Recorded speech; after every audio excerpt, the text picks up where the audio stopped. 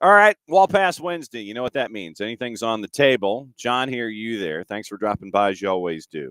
Here's the rundown for today. We got stuff. Tyler's going to join us at 9:15 as he always does. We'll roll through the thoughts from his perspective on Atlanta United heading into the Nashville match, all that stuff.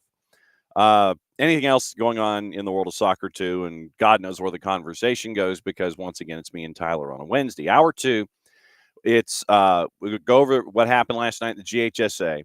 Remember, soccer's in session. Playoff daily is at noon. We will catch up with who do we catch up with today? It's Mike Townsend off the top from Trinity Christian as they get ready for the match that's going to be part of the doubleheader tomorrow on the SDH network. And our friend Robert Houston at Greenbrier. He is going to be on at the end in the last, say, 10 minutes or so. And so that's on at noon. So it's Trinity Christian at the beginning, Greenbrier at the end, and then all points in between. And we'll go over all the brackets and all the things here, and also we'll see if there's anything that has advanced going into the noon show with Soccer's in Session Playoff Daily. And this is, once again, one of the pens that was old school when it came to Sharpie. I think they fixed it, but this is an old purchase. So, therefore, when you put the tip on the back, it doesn't go. So that's where, that's where we are here with these. Because, once again, you see how loose that is? You know, you can mash this down as much as you mash it, but it doesn't go flush as I'm sitting here and staring at it. But yeah, so I think they eventually did fix this, but in this old pen, it is literally one of those where you're like, if your hand gets in the way, then you're staring at something that's going to fall off and it's going to fly off and probably be never found again. So once again, this is an old Sharpie pen. Like I said, there were others that I bought later. I guess it was bought later, but the tip here, you see how easy it is, and this is what got me so mad that I actually reached out to Sharpie and was like, guys, there's a problem here. If you're a pen, you kind of want to make sure that this doesn't go flying off and end up, someplace else in your office or anything like that. So literally, this is what you're ending up with here. It literally is one of these, and it just flies off, and you're praying to God that you can find it at the end of the day. So I have to take the tip off, so I know where the tip is instead of just writing something and then putting the pen down and making a big motion, and it just goes wee. No. So I think this is one of the previously purchased ones before they, I think, fixed it, because there are some that you can grab that I think are fairly flush. So I don't know if it was something involving this particular section of the pen where they whittled it down and made it, that 19th of a millimeter more compatible for the top to end up at the base when you want to keep an eye on it and hang on to it. So anyway, yeah, I know nothing like pens down here to help what's going on this morning. But yeah, this is one of the older Sharpie pens that the tip, the cap, when you try and sit there and you lash down on it. This is one where that cap would just go flying, and so I'm kind of stuck a little short-handed this morning when it comes to one of these. All right, anyway, so it is Trinity Christian and Greenbrier visiting us at Soccer's in Session. Hour number 2, we'll go over brackets and we'll let you know what happened. And for those of you that won't have the chance to catch up when we talk to our coaches, then we'll, once again, we'll go through brackets and things and news as we get you ready for everything happening at noon at Soccer's in Session. Playoff Daily presented by our friends at Kaiser Permanente. Also on the board, it is tonight when we start our round 2 coverage. We have action today, tomorrow, and Friday. Today we're at Johns Creek. Today we're at Johns Creek at McIntosh, and so that'll be our matchup today.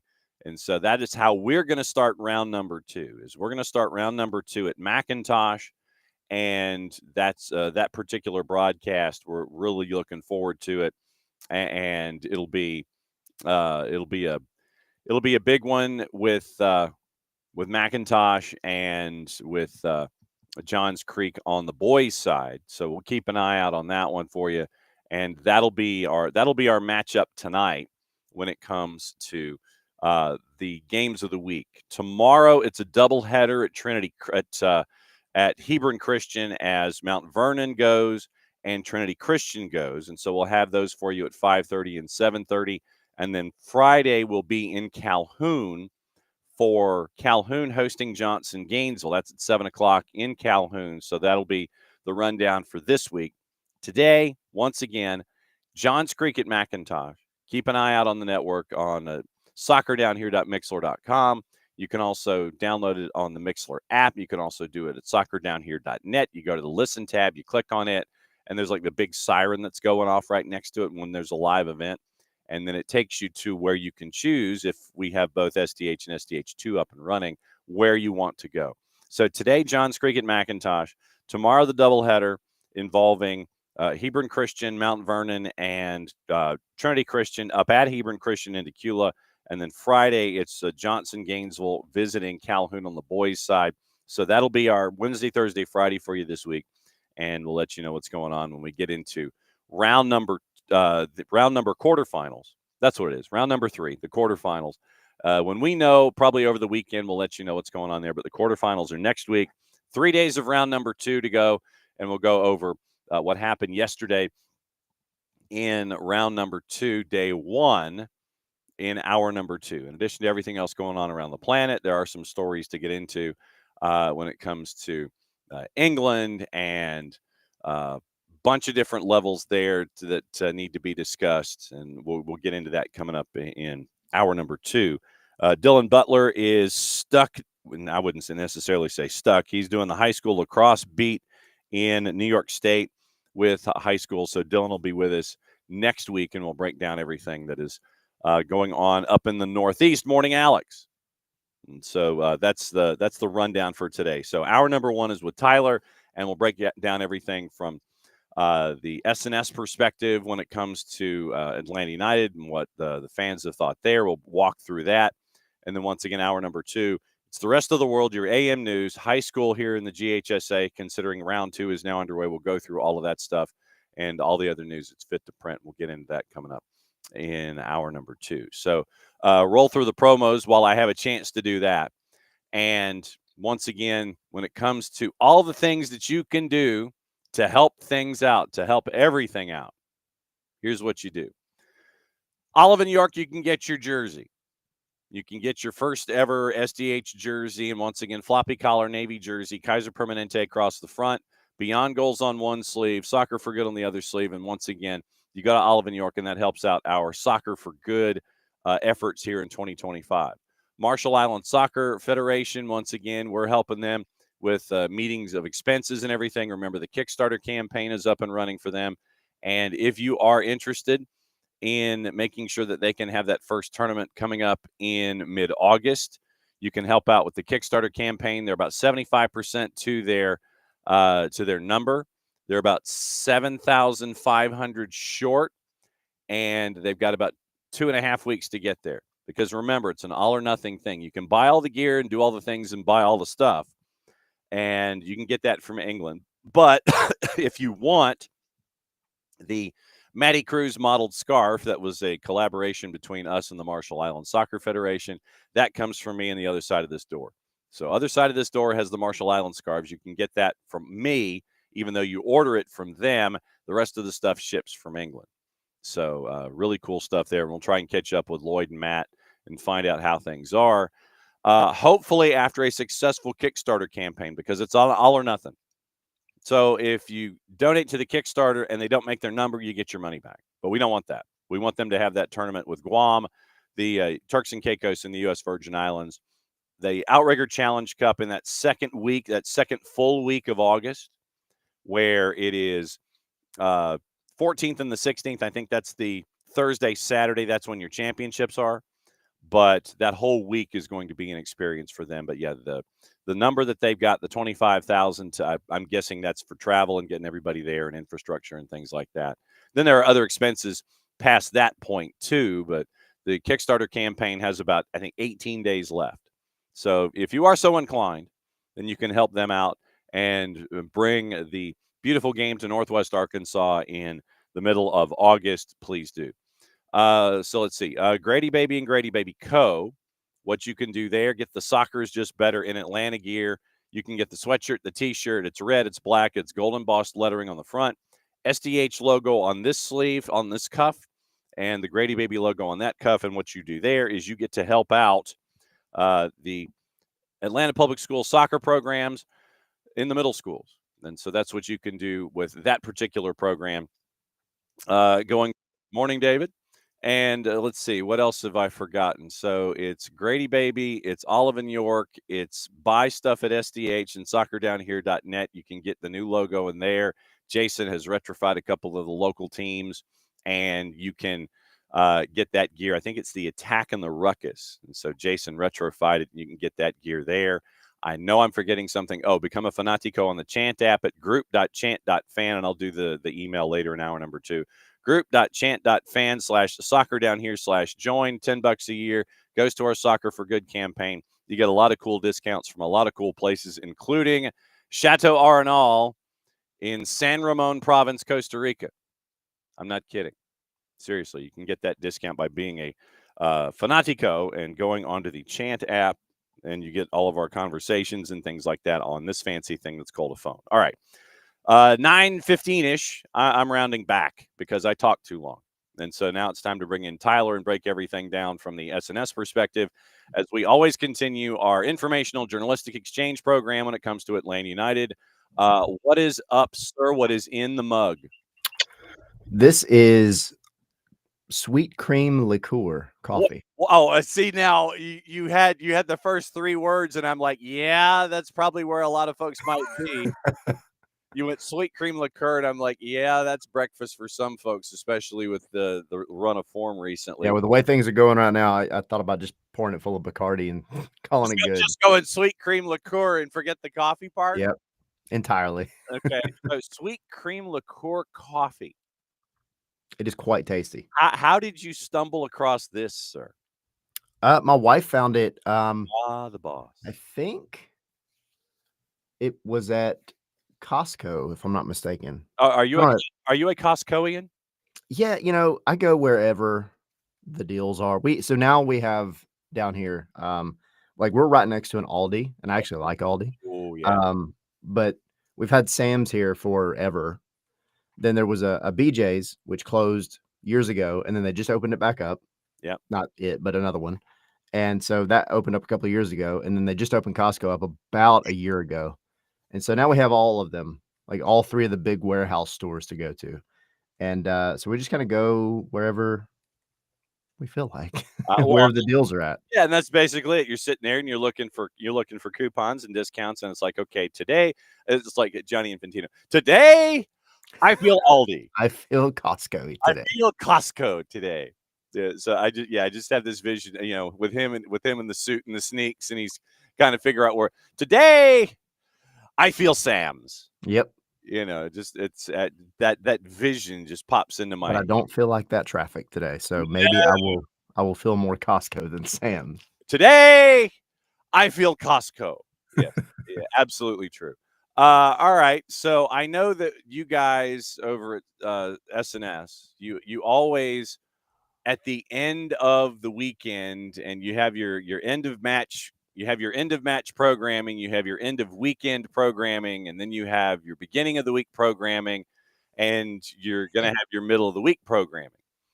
When it comes to the conversations that are had, when it comes to the Atlanta United supporters and the 17s and everybody, how has it evolved over the last couple of days from the instant reaction to the Sunday reaction and the Monday reaction leading into today? Has it evolved? Has it been constant? What have the directions been of the conversation?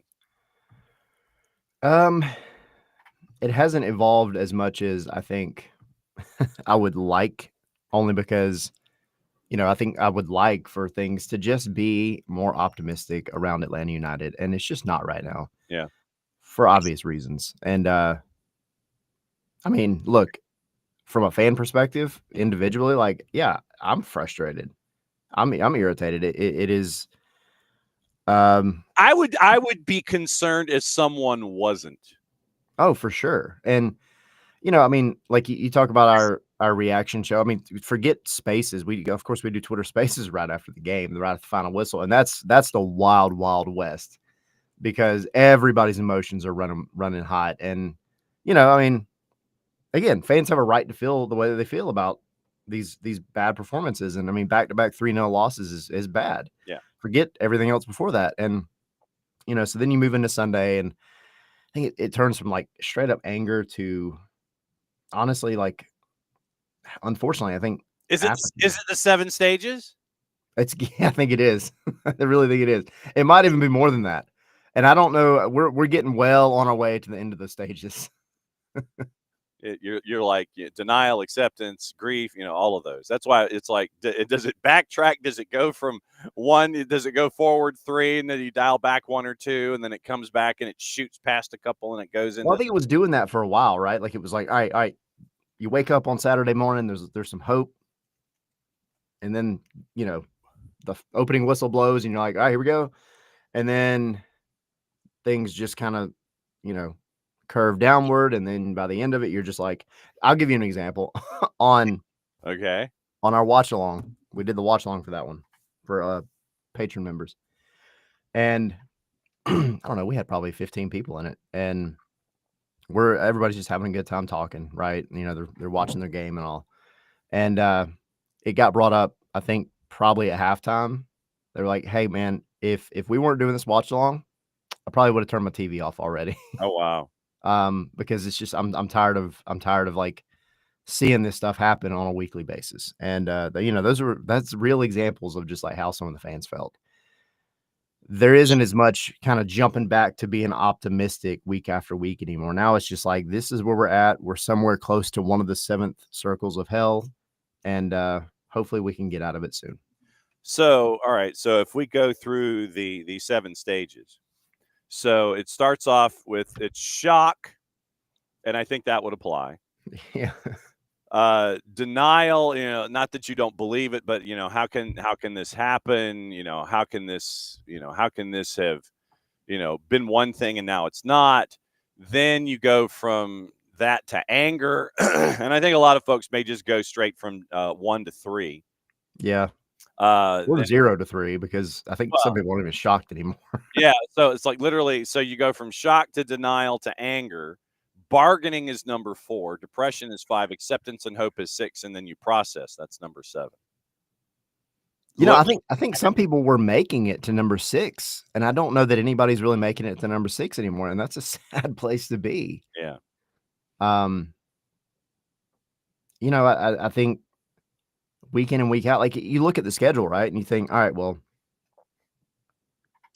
you've got Nashville at home, Mm-hmm. and that's good, but then Nashville also just scored a touchdown this Well, past weekend. we'll get into that, but yeah, keep going. But yeah, and the thing is, like, momentum is a thing. But then it's not like the schedule just suddenly gets easier after that, right? Like it's a pretty steady group of games that you have coming up that they're not going to be very easy on paper, whether Atlanta was playing good or not.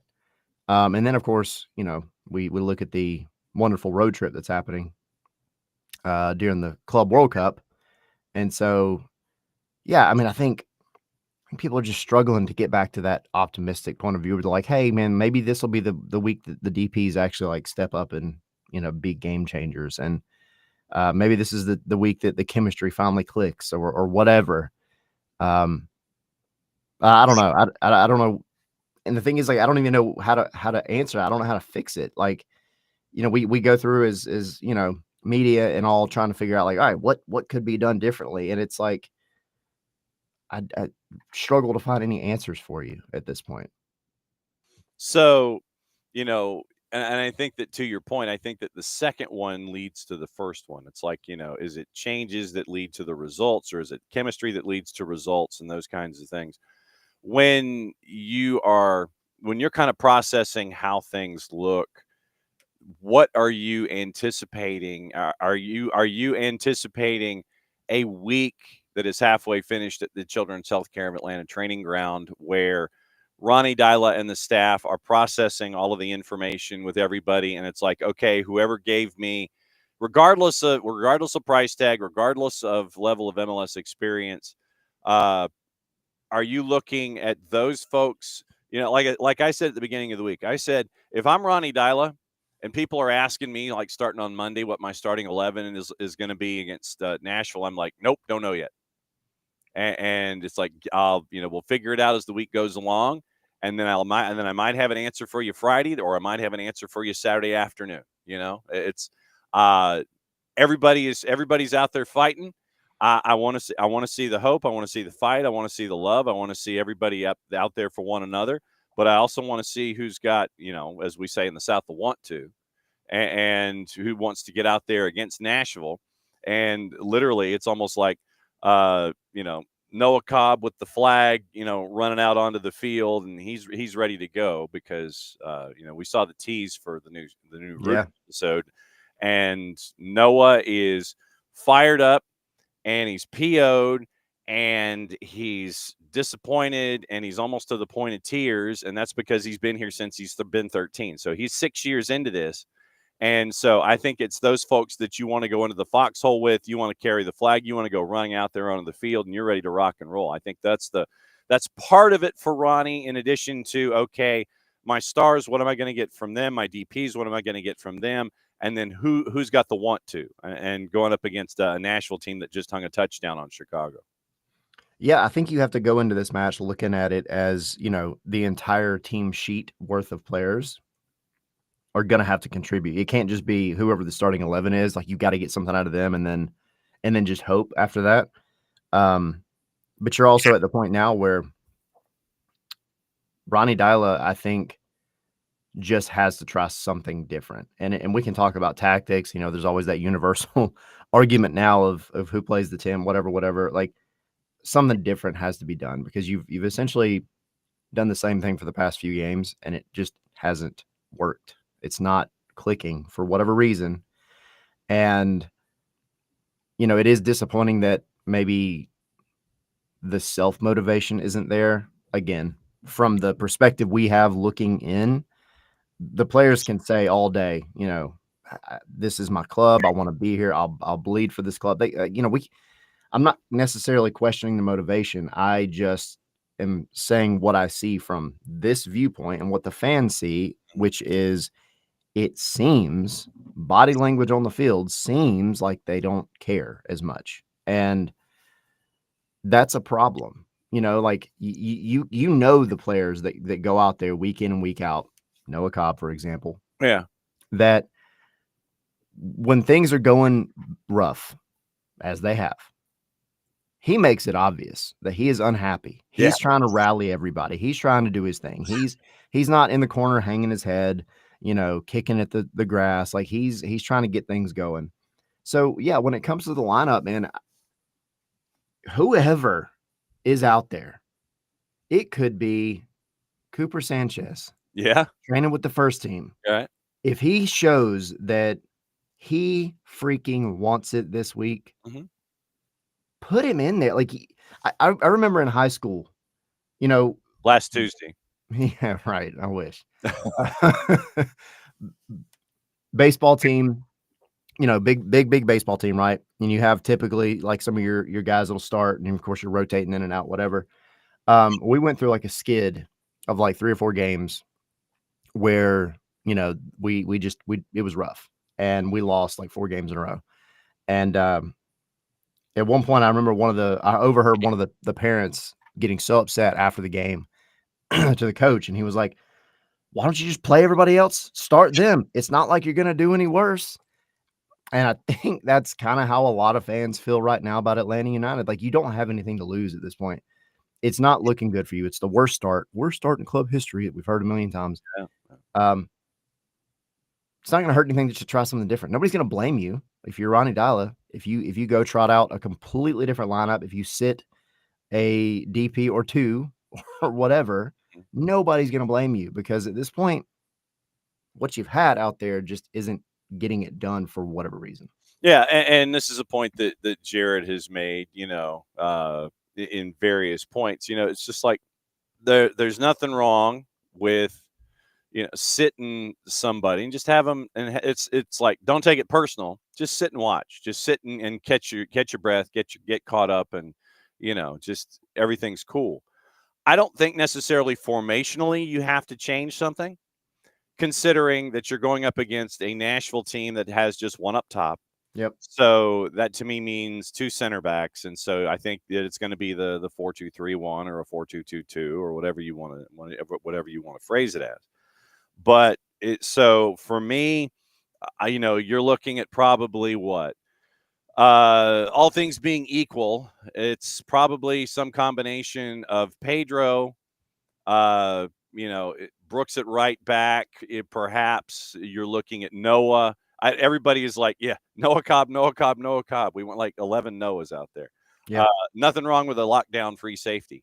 The other center back, I think, it's some combination of, is it Luis? I know some folks are thinking maybe you have Efra start, because if you're trying to bracket Sam Surridge, you want to have someone who can match Surridge's height, physicality, what have you. So you're not at a disadvantage there. Then it's, is it Jay and Bart? Is it Click and Bart with Jay on the left? Latte Lot comes back. Miranchuk, what do you do on the right-hand side? So I think that the closer you get to the front is where you might be having more questions when it comes to your lineup as to how it looks. I think that your back has your easier answers, but the further forward you go, that's where you have more questions maybe leading into this match against Nashville. Yeah, I mean, I think if you stick with the 4-2-3-1, 4-3-3, 4 whatever we want to call it. 4 at the back, yeah. Yeah. I'm going to be honest. I don't know if this is going to be a hot take or not, but and it's nothing personal, but I would like to see either Matt Edwards or Ronald Hernandez drop back in place of Brooks Lennon. Yeah. Oh, and I see that as an option too, because once again, we get back into the whole idea of someone who is going to step out there and give you, and I'm not going to do the cliche, 100%, because you can't give more than 100% unless you're like a rocket engine or something like that. Right. So, I mean, is it something of Ronnie at the right back and Matt in there as a part of the discussion, to where you rotate, you spin the volume dial one lever and everybody comes forward and Ronnie can go forward as he always does. So no, I can see that as something in there as well when it comes to that back line that you're talking about. Yeah, and I think Ronald Hernandez, when he does get forward, he is a little more prone to take, maybe an early cross, send him one. And he's not afraid to launch from 25 either. No, he's not. And to be fair, because I know sometimes he's a bit of a polarizing figure, but he's one of the ones I think you could go and say, yeah, he'll bleed for the club. Yeah. He loves this place. Yeah. Again, nothing against Brooks Lennon, but right now the way that Brooks is playing, especially if you continue to play Miggy on the right, I do not see their chemistry. I don't see it at all. And that's a thing that is going to have to be fixed. Obviously, we know Brooks was injured in the beginning of the preseason, and maybe he didn't get that entire time he was there, obviously. But for whatever reason, that pairing right now, as it stands on April 30th, isn't quite what I think it should be. And, I see in the comments, like, Brooks, sometimes he's too predictable. He's very much I'm going to take it all the way vertical to the end line and try to send that cross in and hope somebody's there. I like, and sometimes that works. Like when Yakimakis was here, and they were working together in tandem, they really got it together. That works because they knew where each other were going to be at.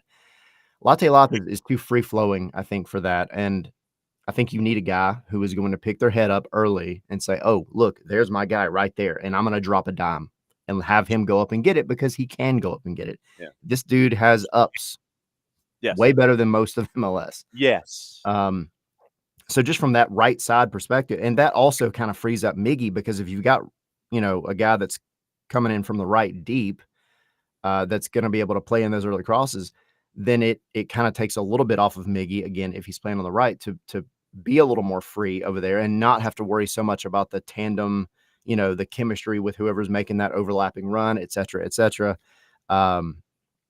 So I think that's my one part of the equation. But then you jump over to the left-hand side and it's like, who is Pedro Amador going to be, paired up with? And obviously you just got rid of Sean De Silva.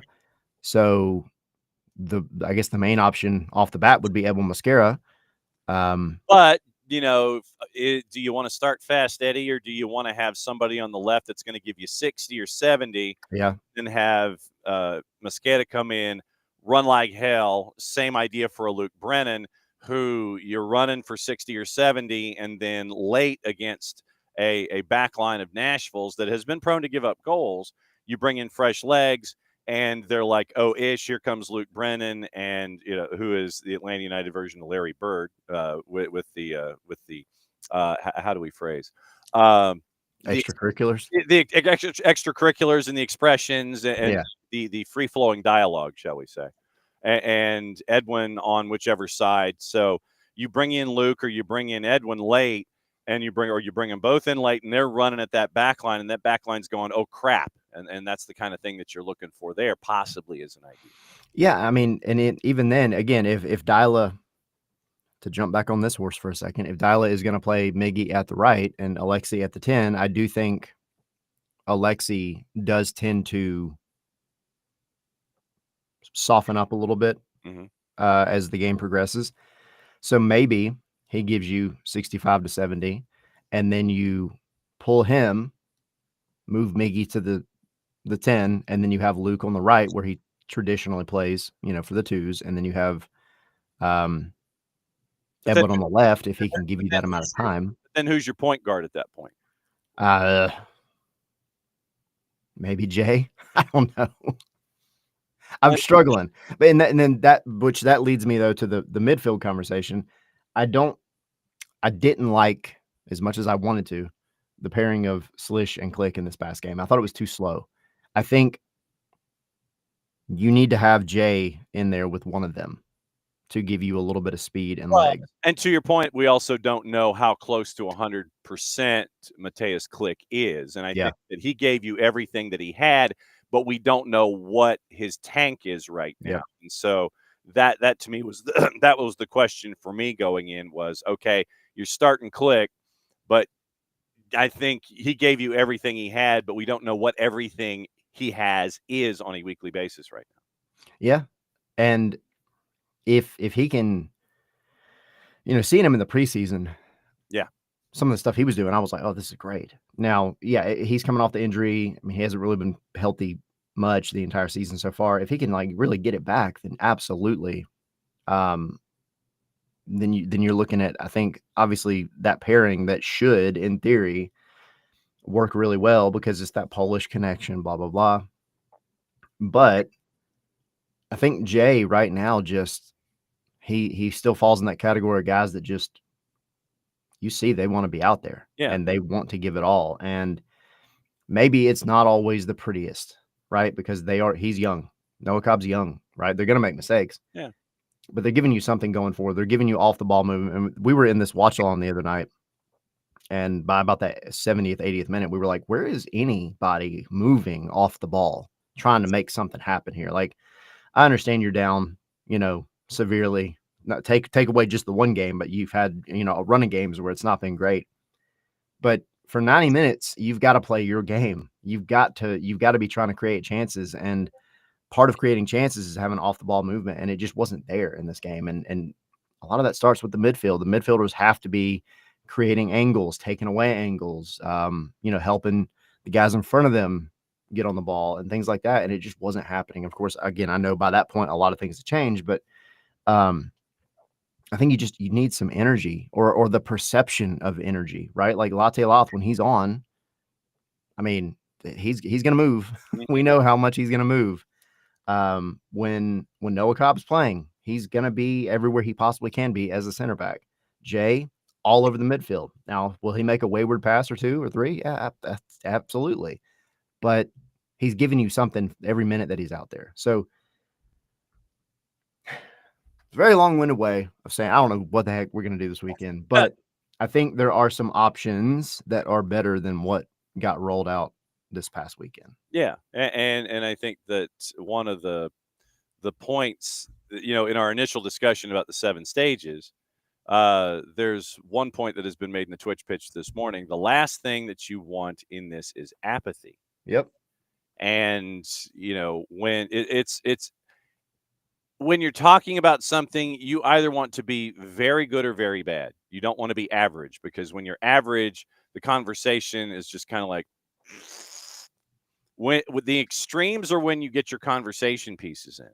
Yep. And you can be either very good or very, very bad in the eyes of whomever's having the conversation. But the last thing you're looking for is that thing in the middle where, and then that you start losing folks. And I think that is something that, when you have a run of form like this, you have to figure out how to change any notion that you could be heading in that direction. And I think that's why this lineup coming up against Nashville will be an interesting watch in the selection of it, and then seeing who's on the 18, and then trying to see, okay, what's it going to look like. And so I think that, we mentioned the playing for the shirt and all those kinds of things. And I think that, no player on this roster wants to be where they are in their situation. And I think that's first and foremost. But there are times where, you might need to just have a bit of a fresh perspective. There might be a time where, you've got to double down on those emotions that Ronnie was talking about, making sure that, because the players still say they believe in the system, they believe in what's going on, they believe in what's being taught, what's being administered, all these kinds of things. And so it's just continuing. You have to almost double down on those emotions and the guideposts that are there for you when something gets this way. Yeah, and that's why I say, like, I don't want to question their motivation. I'm not going to question their motivation, because I know good and well, talking with these players, talking with Dyla, like talking with everybody, whether it's at the training ground, at the bins, on our show, whatever. Like, I know that they don't want to be where they're at. Yeah. I know that. Like, it would be foolish to think like we're intentionally doing this, right? That's silly. But you have to change that perception for sure, because again, what it looks like is that you don't care. That's what the fans are going to see and think. Right. And even though that's farthest from the truth. Right. And it absolutely is. But if that's the perception, that everybody's having, and to be fair, a lot of, not just local media, I'm talking like national media looks at Atlanta. You've heard them say it. They're like, what is going on in Atlanta? Like, what is going on with some of these players? You got to change that channel, and like sooner than later. And so, yeah, I mean, the discussion about the lineups and whatever, at the end of the day, it comes down to, you have to change the perception that everybody is looking at you with. I mean, you start winning and the perception changes like that, right? Like, we had Parkey on when I did the recording with him a couple of days ago. That was what he said. You go in and you get, 2 ugly, whatever, gritty wins, and you come out of that, you feel a little bit of confidence, and then you kind of change the idea a little bit. People focus on the grit, and grit equaled results. Yeah. But right now, I think you're skipping the first part. You're just trying to jump straight to the results, and like, I don't think fans are seeing a lot of quote unquote grit right now. It doesn't look like Atlanta is showing those kind of gritty capabilities that you expect out of a team that can grind out an ugly freaking win, because you can't go out there every game and come from behind and score 3 unanswered goals to win 4-3. You can't, always. Why not? No, right? I wish you could do it all the time. Yeah. But like, soccer's not always on paper the way that it should be, unfortunately. Like, though you have $50 million worth of attack, they don't always get a chance to get on the ball the way you want them to. They don't always come out and, play the right pass or take the right shot. I mean, you look at the end of the game, we're laughing because you have all these attackers out there, you have all these players out there, and some of, like, when they do get opportunities, every shot was going way up to the 200 section top left of the goal, and it's like, man, just nothing can go right for this team right now. Yeah. Even the moments when you do have a half chance, you sky it somewhere up, outside of the stadium. You've got to change the perception, create your own luck a little bit as much as you can, and try something different. And that's what we're trying to see how different it will be this weekend when Nashville comes to town. Tyler Pilgrim, man, upper plate not functioning this morning. Nothing's functioning this week. Period. Need some coffee. No, I'll let you have your liqueur. Yeah, you says liqueur coffee. Wink, wink. Mick, a blend. Yeah. Wink, wink. From Scarves and Spikes, joining us as he always does here in the leadoff spot on your Wall Pass Wednesdays. What else has crossed across your bow this week, whether it's in Major League Soccer with Atlanta United? What else is going on in the universe that has stuck in your craw that you haven't had the chance to discuss yet? Yeah, that's the thing, man. I feel like Atlanta, sometimes I feel like beating a dead horse, right? Like, it's just. Well, that's why I'm saying restrain your cudgel. What else is on your mind? I'm thoroughly excited about Vancouver and Miami. Vancouver. How many times have you said that sentence in normal life? No, honestly, maybe besides MLS Monday, this might be the only time. Because I was, at the beginning of the season, it was like Vancouver. That's just that other team that sits out there somewhere on the West Coast in another country, technically, and they're cool. They're up for sale, and yeah. And then, and I'm sorry, I did them an injustice. It is Supporters Shield leaders and CONCACAF Champions Cup semifinalists almost. Do you Vancouver really, Whitecaps? Do you really want to sit there? Do you really want the pie plate? I don't know. Do you really want the Captain America shield? Do you really want to focus on that? If they could do what they're doing now all season, that would be like a next level type of. Well, and to your point, I mean, this is if they continue to do that, then finish second in the West, or just so you don't get the pie plate, because traditionally the person that gets the appetizer dish doesn't necessarily win MLS Cup.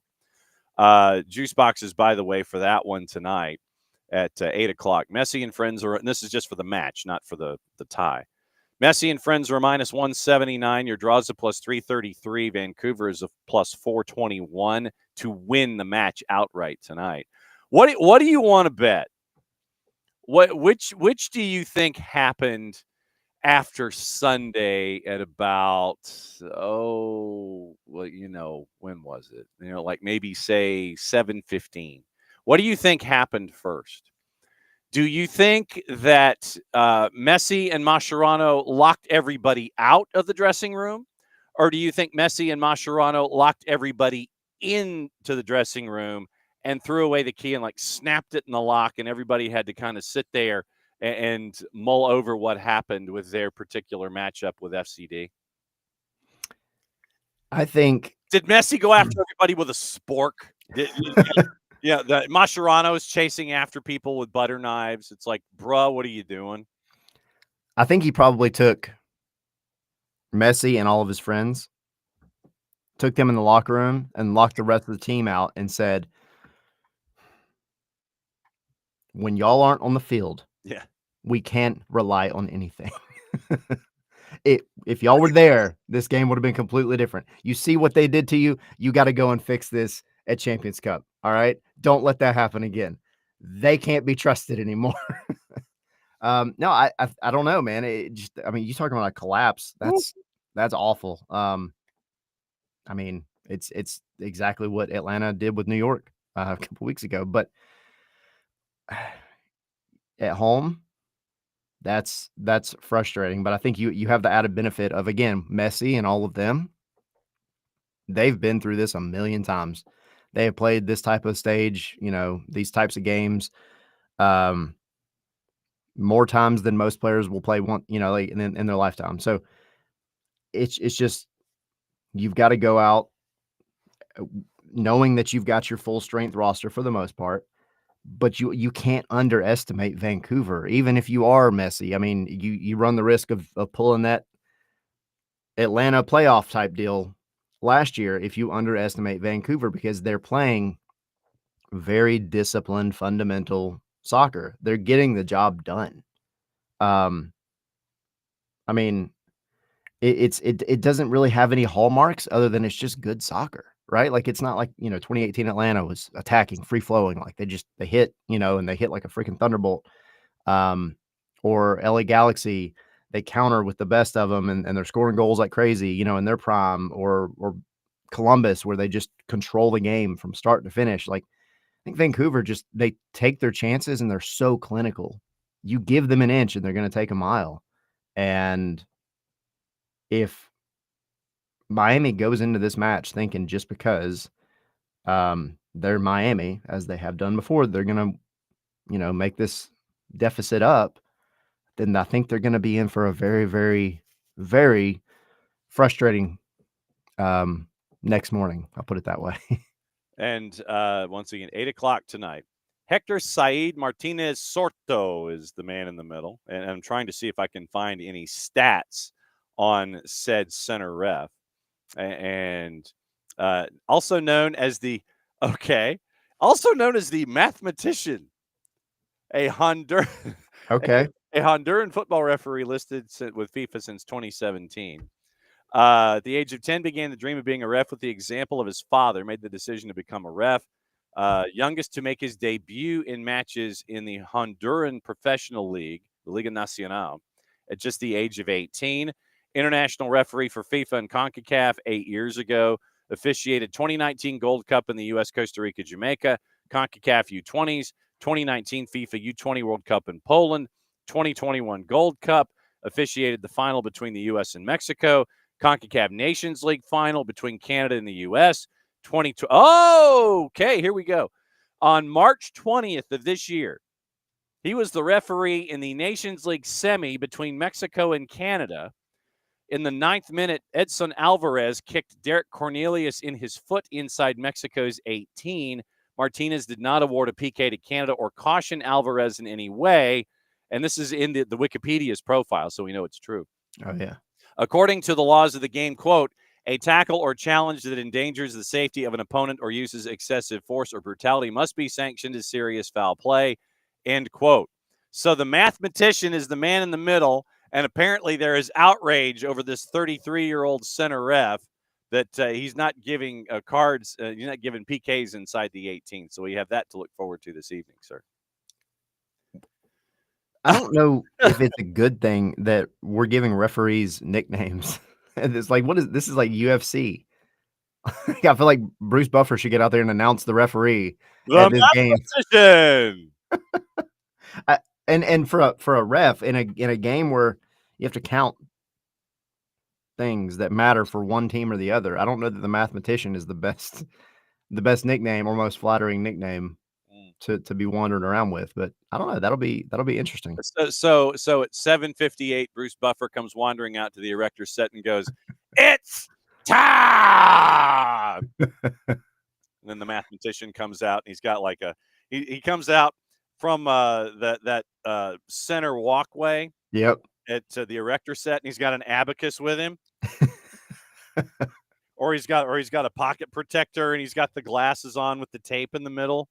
And a TI-84 calculator. A TI-84 calculator in with his pocket protector here in the breastplate. It's like, okay, so yellow card, TI-84, pens. And I'm all set. And he's got the glasses, and he's got the middle tape and everything squared away. So the mathematician is in the middle tonight, but apparently his math wasn't mathing when it came to Canada and Mexico about a month ago. So 5.5 weeks ago. So we'll keep an eye on all of that. Yeah. So it's safe to say that the 4 of the starting 11 are going to be the Gulfstream Galacticos tonight. I think that's a given. But the tape gets out, I don't think Vancouver really gives an ish about tape after the matchup against FCD, considering how they're playing right now. But that back line can be had. Yeah.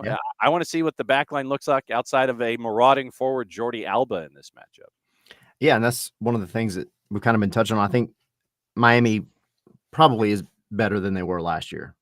Yeah.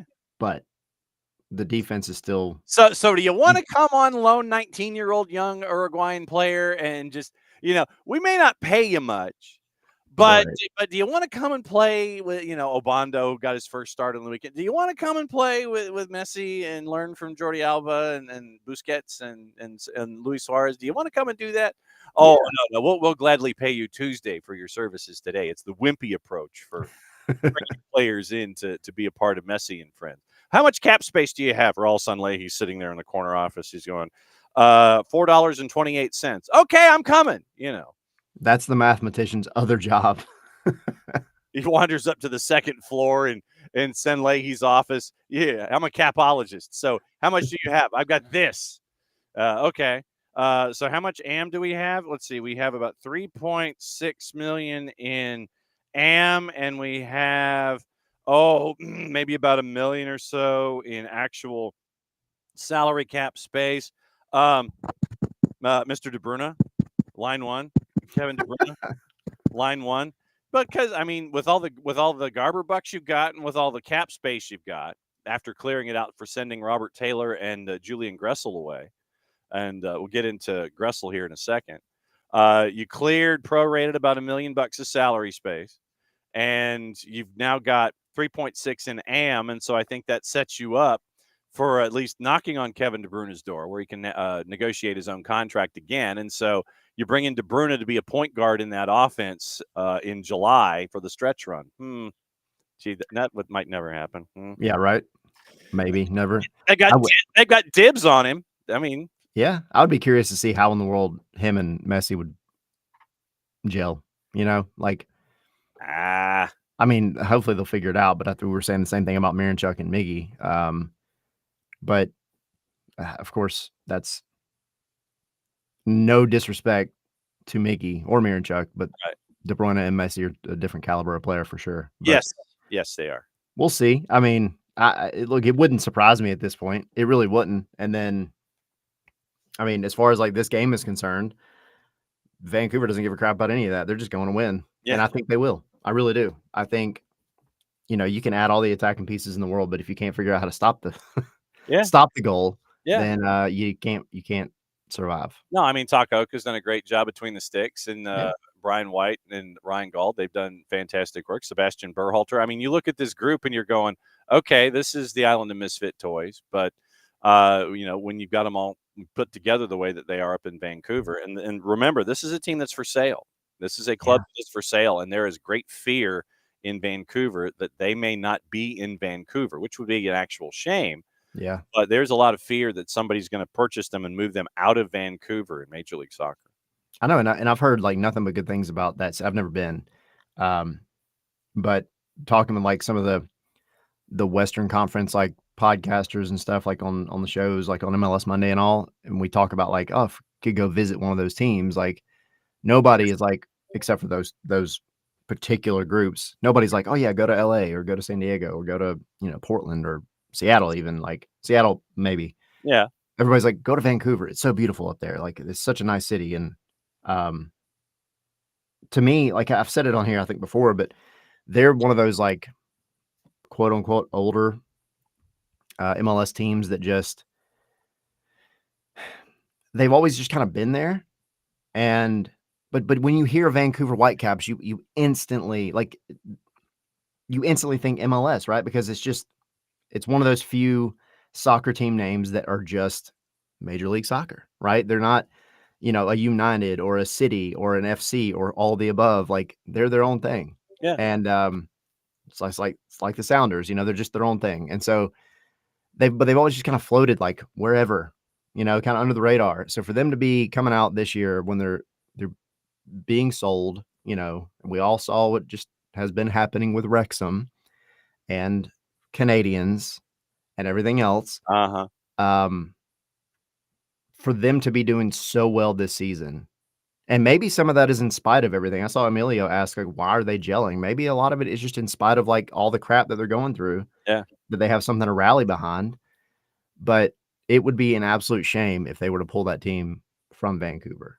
I hope that whoever does end up with it says, "Nope, staying Yeah. right here." Yep. Last thought, Julian Gressel is now a Minnesota United Loon, team number 6. So he's halfway to pulling a Kamara. Yeah. And so now Julian is in Minnesota. I went through it a bit yesterday, but I wanted to get your thoughts before you get out of here. And I know the 4th is going to hang up the light board here in a second.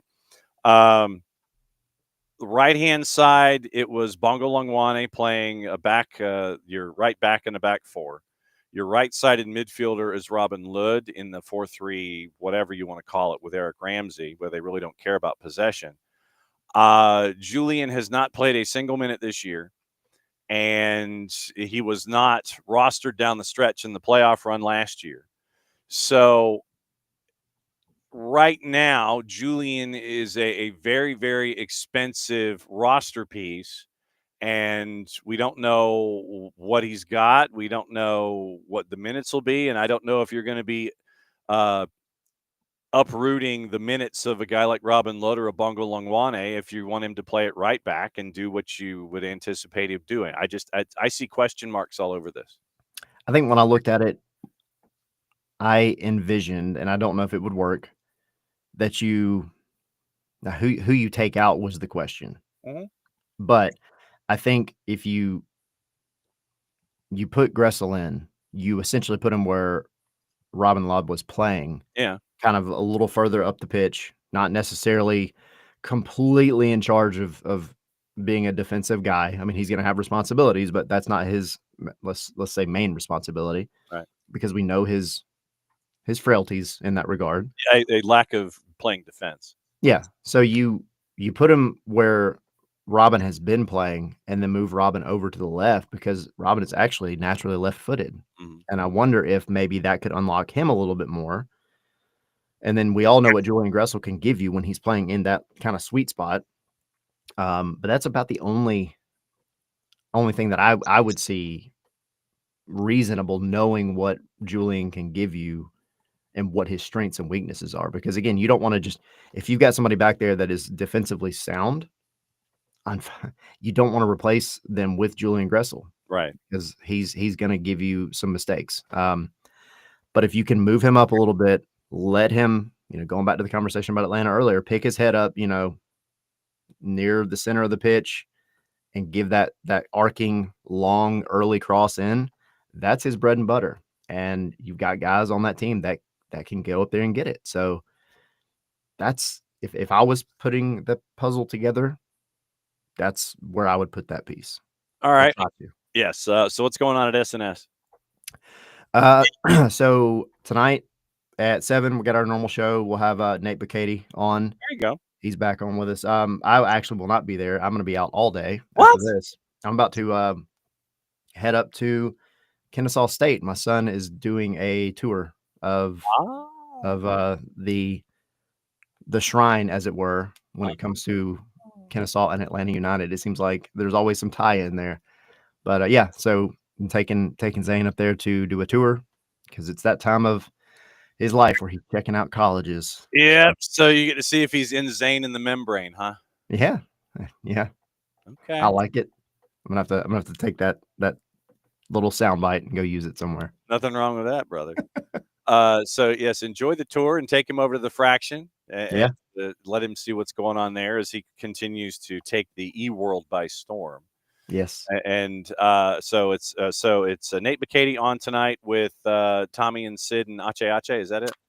Tommy and Henry. Yeah. We got lots of subs going on this week. So yeah, Sydney's out. He's got some stuff going on.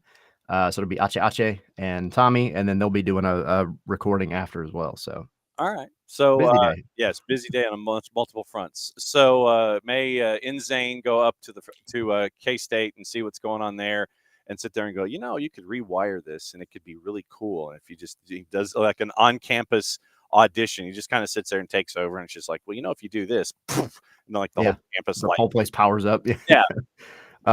And then one other thing, sorry, Yes. and I'll get out of your hair. No worries. Live show at Signia right before the match. It's an early one, obviously, so Yes, maybe it is brunch at Signia for you. brunch at Signia, and you can come listen to us run our mouth talking about Atlanta for an hour before you go in, go eat again inside the bins. Absolutely. So, as always, my friend, great to see you on Wednesdays. So go enjoy Kennesaw State. Get out of here. Stop talking to me and take that campus by storm. We'll see you soon, my friend. See ya. All right. There goes Tyler. And so that's hour number one. And Tyler's going to go drink coffee. He's going to do his thing. And Zane is going to go up to Kennesaw State and see what's going on up there. That's very, very cool. I hope he takes the campus by storm, and I hope that they understand what they would be getting with someone who is got the brains like Zane does. All right, so let's check and see who's here, and let's say hi to everybody who has dropped in this morning. Like again, hour number two, once again, whatever's on your mind on a Wall Pass Wednesday. Plus, we'll go over there's news overseas, and we'll get into all of that this morning. We'll go over the brackets in the GHSA as well, get you ready for Soccer's in Session Playoff Daily Live, and that'll be at noon. Mike Townsend is going to join us from Trinity Christian at the beginning, and Robert Husted from Greenbrier is going to join us at the end. And so that's what it's going to be like, 11 o'clock, same location right here, Bookham Dano Aloha, as we go through everything that is going on in the world. There's some news out of Nottingham for us. There's news after what happened yesterday in the Champions League. We'll go over that.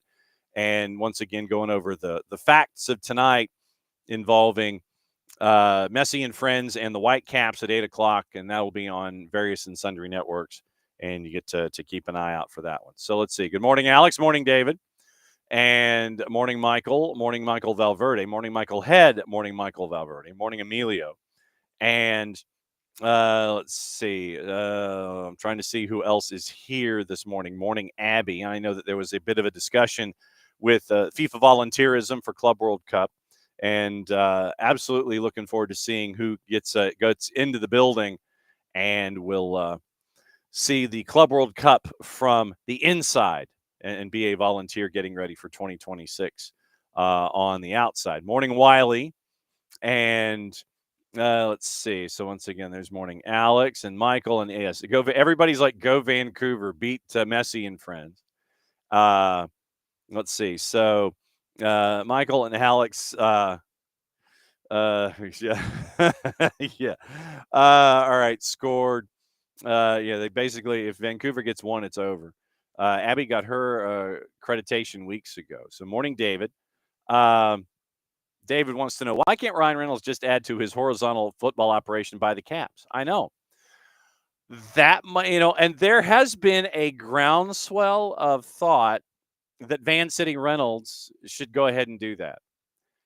I don't know if he has the ready capital, I guess is probably the best way to phrase it, considering that his group, he and Rob McElhenney, also have recently invested, I think, with Eva Longoria in the Coxa in Liga MX.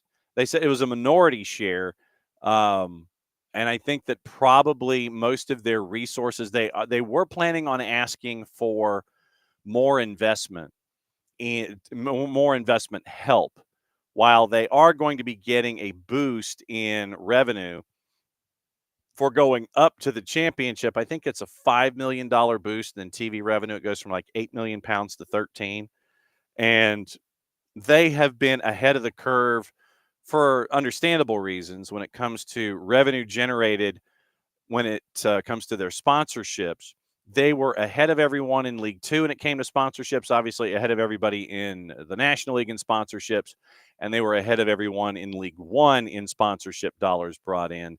So it will be, I will be intrigued to see what the level of investment is when it comes to sponsorships. But at the same time, like I said, Reynolds and McElhenney, they have said that they would be pursuing other investment into Wrexham as they are now in the championship and trying to pursue a spot in the Premier League. When all of this happened, I was of the mind that with this investment and with what they were doing, that they could get out of League One. When they got to the championships, they could get out of League One fairly easily. I figured that they would get into the National League, they'd get to League Two. they'd get to League One. I figured that would be a bit of an easy progression. Now that they're in the championship, this is when I think it gets tougher for them. And I saw the trailer for season 4, and I've got to catch up. But nevertheless, knowing what the end story is, it'll be easy to catch up. But I'm a poor binge watcher. I think the last thing I binged actually was when the boss was out of town, and I binge watched Reacher, and that took me like 3 days because of all the stuff that we're doing here. I will be interested to see how they respond to the championship. I mean, if you look at the championship right now, and because of how they handle themselves financially, I mean, and there were some bonuses that had to be paid out on promotion and things like that for the players they brought in, like Jay Rodriguez and Steven Fletcher and players like that, and what they did when they brought Smith in. So you look at the roster. I mean, you look at the rundown of the championship, and you look at the league table. And just because of how they handle themselves financially, you take, Cardiff, who is going to be Cardiff is relegated. Plymouth Argyle probably relegated just on goal difference, no matter what they end up doing. Hull is and this is where the part of it is interesting, where Hull is a point out of the relegation zone. But you've got to keep an eye on everybody from 18th. So it's Stoke, Derby, Preston North End, Luton, Hull, and Plymouth Argyle. I think that they're probably more soundly run than most of those. So that would put them in 18th. Oxford United, probably better run. So 17th.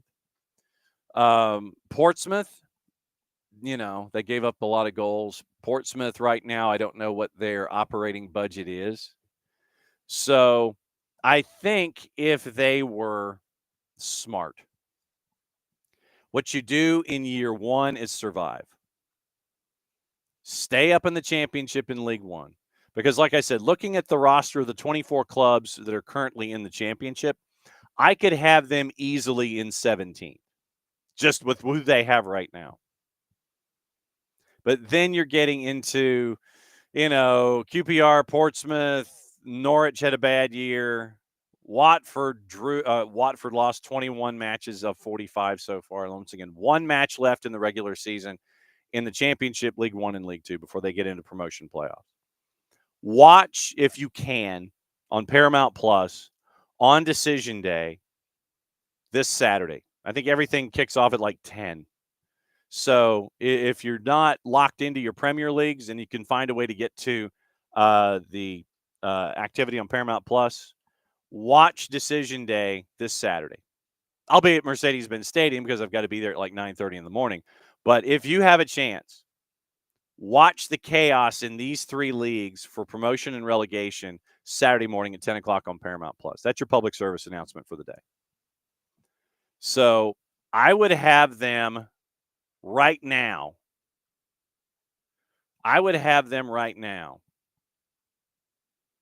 I said, 15, 16. So get in, stay in. That's number one. You don't want to be like a Luton where you go into the Premier League and then you have a double relegation. Luton has that possibility coming up to them this weekend. So get into the championship, you're in. Stay in year one. Get you to 15, 16. And then, if you end up with a win here or there from 15 and 16, you could be mid-table. Like literally, if you exceed expectations, you steal a win on the road here or there, you take care of the competition that's with you or below you in the standings, you could be mid-table. And then the next quest is to get to 6, because then that gets you into the promotion playoff. So 2 years, 3 years, get to 6, get into the promotion playoff, find more backing, financial, and then go from there. Oh, harried ringing Nell J. Your time on this particular channel is over. harried ringing Nell J. And to the point that was being made about the caps and stuff like that. I mean, sorry, the Sens, as they are locked in a series with the Toronto Maple Leafs. Bot next. Viewer solicitation bot. If I could spell viewer, I put 2 W's in there. Hang on. Viewer solicitation bot. There we go. Thank you for your report. So, Ottawa with what he wants to do there, the Canucks really could use the money. But the key, is it is an entirely different investment level. In the championship, and we've had this discussion before about the championship, where you have a lot of clubs spend beyond their means. And like up to $1.75 of expenditure for every dollar that you have in revenue. And it's feeding the beast in this idea that we've been to the Premier League, so that means we've got to spend that much more and spend that much faster to get back into the Premier League so we can recover our losses that we've had in trying to stay afloat in the championship. And it turns into a vicious cycle. And half of the clubs in the championship have spent time in the last decade in the Premier League but haven't found the way to get back. And then they spend faster and faster and faster and faster trying to find a way to get back. And then they don't get back. And then they end up like Reading.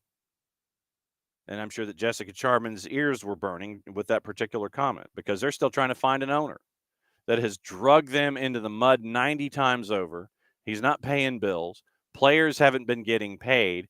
You're almost either to the point of being administrated or being blown up, period, because of what Dai Yong has done to that franchise. So what you don't want in a very public sphere is to spend all his blanking money and turn out to be a negative. At least the loan that was, because of the revenue that has been brought in to Wrexham through revenue streams, et cetera, the initial loan that was extended by Reynolds and McElhenney's paid off. They're clean. They are debt-free from what I understand. So right now they're operating the franchise in the right way. You just hope that they don't overextend and you sit there and it's like, okay, well, we got to spend to try to get to the Premier League. Well, it's not working. Then that means you've got to spend more and spend more and spend more. Too many owners in the championship are thinking that way. It's not working this way. So obviously the problem is we're not investing enough. And so you spend more money and you lose more money as a team.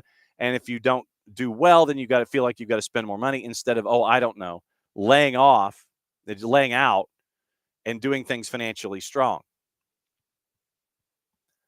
So that's what you're seeing right now with Wrexham. And so, David, I think it would make sense if he would try and purchase the caps, Forbes, MLS evaluations. So what currently is the valuation for Vancouver, according to our friends from Forbes? Justin Birnbaum had the article, and they were toward the bottom from what, if I remember correctly. So the valuation for Vancouver is $440 million. $40 million in revenue, operating income. They operated at a $10 million loss and a one-year change of up 5%. And Kerfoot and Mallet and others are putting the thing up for sale. So ranked 27th in value, according to Forbes, at $440 million. Colorado at 415, CF Montreal at 435, Vancouver at 440. So that's where you are before you added San Diego FC into this mix. So $440 million. That's the current value. Atlanta, by the way, Forbes was valued at $975 million. So, do you find friends? Do you sit there and it's like, yeah, this would be great to have a hometown investment as well. And it would be, once again, this cross policy like we saw with Black Knight, where they are now part of cross-pollinating Orlando City, the purple team. Do you cross-pollinate with Necaxa and Vancouver and Wrexham and all points in between? But $440 million as opposed to a $3 million early investment. That's what you got from Reynolds and McElhenney. And now apparently the value of the club is in the neighborhood of $100 million. Not a bad turn on investment. So we mentioned tonight Messi and friends in the Vancouver Whitecaps. By the way, a big win yesterday for the U.S. in the W Futsal Championships. Mexico, Costa Rica, Panama, and the U.S. all got wins yesterday. It was a 7-0 win against Honduras for the United States. They play again later today. And you can catch that on the CONCACAF YouTube channel. You can see Atlantan Carly Banks, the pride of Stars Mill High School. You can catch up with you can see what's going on with her. She wore the captain's armband yesterday, as a matter of fact. So, and if you missed the story on Carly, you can catch that on the SDH Network YouTube channel. It's a great piece that Jason and Nick and Maddie pieced together on her and what her next stages are in her professional career. But with Messi and friends in the Vancouver Whitecaps, we went over the juice boxes. But second ever meeting in the Champions Cup. Once again, it was a 2-0 win. Third encounter overall, 2-1 victory, match day 15, 2024. Vancouver has just lost 2 of their 13 home matches in the modern era of the Triple C, dating back to 2008. 7-4-2. In the knockouts, they've advanced in 5 of the 6 series, where they avoided defeat at home, including all 3 where they won the first leg at BC Place. Unbeaten in their last 4 in the tournament with 2 wins and 2 draws. Brian White now has 5 goals, tying Christian Teixeira from 2016-2017 as the club's top scorer in a single tournament. Teixeira scored 3 against Central of Haiti and 2 goals against Sporting Kansas City in the group stage. Sebastian Berhalter became the 6th consecutive U.S.-born player to score for Vancouver in this edition, longest scoring streak by nationality in club history in Triple C play. Vancouver now played 25 matches in the history of the Triple C, 9-7-9. They are now the 3rd Canadian club with the most appearances in the tourney, trailing only CF Montreal with 32 and Toronto with 40. Snapped a run of 2 consecutive semifinal losses, both suffered against Tigres in a previous campaign. 2-0 in the first leg, an own goal by Kendall Waston and Eduardo Vargas with a goal, and a 2-1 loss in the second leg. Dane Brecken-Shea scored. Gignac and Damian Alvarez turned it around for Tigres. And speaking of Tigres, it looks like Tigres, they are negotiating a contract extension with Air Force One. Contract is set to expire in 2 months. Air Force One is looking for an extension, and they are looking to pin one down for Air Force One. Juanjo Purata and Tigres. Vancouver became only the 2nd Canadian club to win a semifinal first leg at home by a 2-0 scoreline. The first was CF Montreal in 14-15 against Alajuelense, goals by Piatti and Victor Cabrera. They eventually won the series to reach the final, though they lost to Club America. Messi and friends lost. Sorry, Abby. Messi and friends loss marked the 11th time in Champions Cup history that a club has lost a semifinal first leg by that score. As the away team of the previous 10, only 2 managed to come back and reach the final. Pachuca in 06-07, Cruz Azul versus the Puerto Rico Islanders in 08-09. Third semifinal first leg victory at home by a Canadian team in the previous 2 cases, CF Montreal versus Alajuelense, Toronto versus Club America. Canadian clubs went on to advance to the final. Messi and friends became the 4th MLS club to lose a semifinal first leg by a 2-0 scoreline as the away team. History, and this is in all boldface print from our friends at CONCACAF. History shows that no MLS club has ever come back from a 2-0 deficit. Saprissa beat Chicago Fire. Pachuca beat DC United in 07-08. Club America beat Philadelphia Union in 2021. And then the Whitecaps. 10th loss for an MLS club in a semifinal first leg. History shows that no U.S.-based club has overturned a first leg deficit to advance. Kansas City in 02, Fire in 03, DC in 07-08, Seattle in 12-13, Galaxy in 12-13, Chivas in 18. Red Bulls in 18 against Chivas. Kansas City in 19 against Monterrey. Philadelphia in 21 against Club America. Seattle Sounders NYC, Seattle advanced. And then tonight, Pedro Vite, Jaden Nelson now recorded 2 assists in each of the current edition of the tournament, becoming the club's assist leaders in the CONCACAF Hemispheric Extravaganza. So saith CONCACAF, therefore it is true. Abby says that she's been to Portland, was in the offseason on her to-do list, debating going to Austin. And like I said, going to Austin, the boss and I were incredibly fortunate that we went.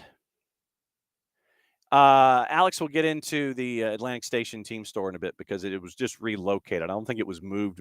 I think it was relocated, but we'll get into that in a second. Going to Austin, the boss and I were there for vacation, and we lucked out going to see the first event ever at Q2, and it was Carly Lloyd's zero match. I want to say it was she was setting an incredible number of matches. I can't remember what the zero was, but it was against Nigeria. Easy win for the U.S. And we got into the building and had seats a couple rows from the top in front of the press area. And so, I mean, it was like $80 a piece. Going to Q2, it's out in the suburbs. So make sure, legitimately, if you go to Austin for the matchup coming up here in a couple of weeks, if you go to Austin, make sure that you lock in your Uber driver both ways.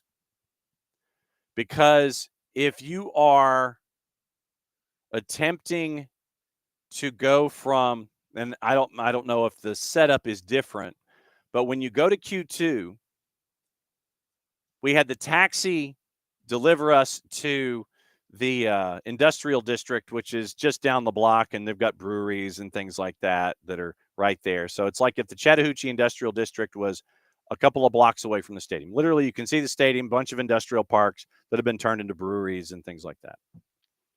So if you go, make sure that you have your Uber driver for the return, because when you drive out from downtown and you go to the stadium, you'll see how far away you are. Austin's a fantastic trip. Don't get me wrong. The boss loves Austin. We went and we went back, but we went the first time and we just kind of hung around. We got a hotel downtown. We hung around, ate a bunch of restaurants and walked around and just kind of hung out and took it easy. Second time we went, and that was for the going to Q2. I'll get back to Q2 in a second. Second time we went, it was for Patti LuPone. Boss loves Patti LuPone. LuPone came out in a tuxedo. She sang her butt off, and it was great because it was at the art center that's right there on the river across from downtown. So we went to get some barbecue, and we walked the barbecue off going to the art center to go see Patti LuPone. But the first time we were there, Q2, you'll notice, is small. Q2 seats about 20. And it is, like I said, it is not the largest stadium. You will be somewhat you'll be somewhat taken aback by its size, considering that what we're used to seeing. Q2 in and of itself, the North Burnett section of North Austin. Capacity is listed at 20,500. That's too small. And it is, you do have public transit, Cap Metro to the McCalla Station and the Breaker Stadium and all that kind of stuff. But if you take Uber, make sure that you get your Uber driver for the return, because if you don't take public transportation, which will have a line, you leave the stadium, you walk through the highfalutin parking lot, you go up a block or two, and there's a road that is basically the main Uber stand. And then you grab your Uber driver at an inflated rate, and then you leave. Or your taxi driver or what have you. So take Uber, get your Uber driver locked in for the return if you're going to do that.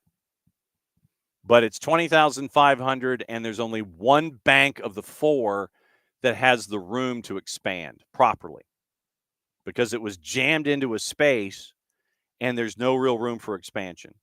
So what you see on TV, the cramped nature of it and everything being on top of you, the acoustics are fantastic for crowds. But Q2, if you go in a couple of weeks, then just get your Uber driver locked in for coming and going.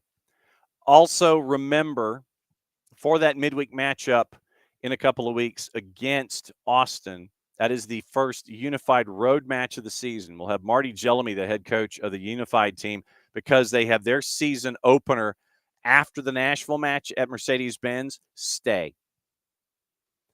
After the Nashville match, then I think what they do is they let everybody come down and be on the 100 level and be there on the right above the touch lines. So I'll have Marty Jellamy, the head coach of the Atlanta United Unified team, on at 10 o'clock on Friday morning. And we'll break down the season with him. We'll break down what the unified team is as a part of the fabric of Atlanta United. But if you're going to Austin, it's the first ever road game for the Twos to Austin. We'll talk about that as well. And so it'll be a fun conversation with Marty Jellamy. But Unified starts this weekend. After the Nashville match, stay, root on the unified team. So do that. It is light rail, David. It's kind of like MARTA. But I would recommend if you're staying downtown or wherever you're staying, get your Uber locked in, because it's going to be like hell walking to the light rail and then getting to wherever and figuring it out. It's just as easy to get your Uber locked in, coming and going. Just get it locked in. Because if you don't have it locked in, you wait, and it's a cattle call. No offense to everybody in the state of Texas for that reference, but it is a cattle call to get Uber and to get somebody to stop and get a taxi to stop, and it's an inflated rate because it's it's an event that is having everybody leave.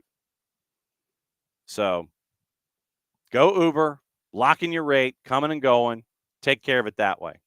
Don't do anything, because it's going to be a wait, and it's going to be a wait, and you're like clawing and fighting for folks, with folks to try and get a ride home if you don't have it organized, coming and going.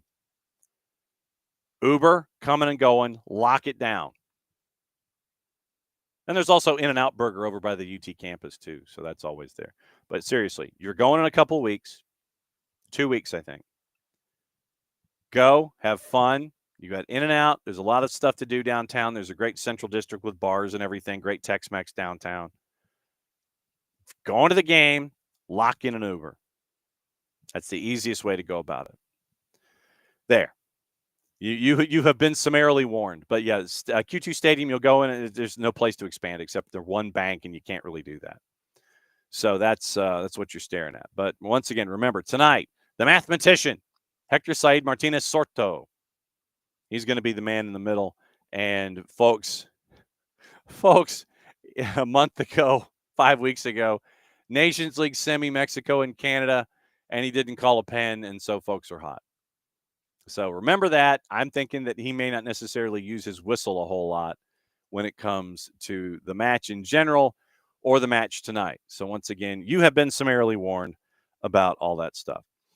We've got news to talk about overseas and stuff to get into about all of that.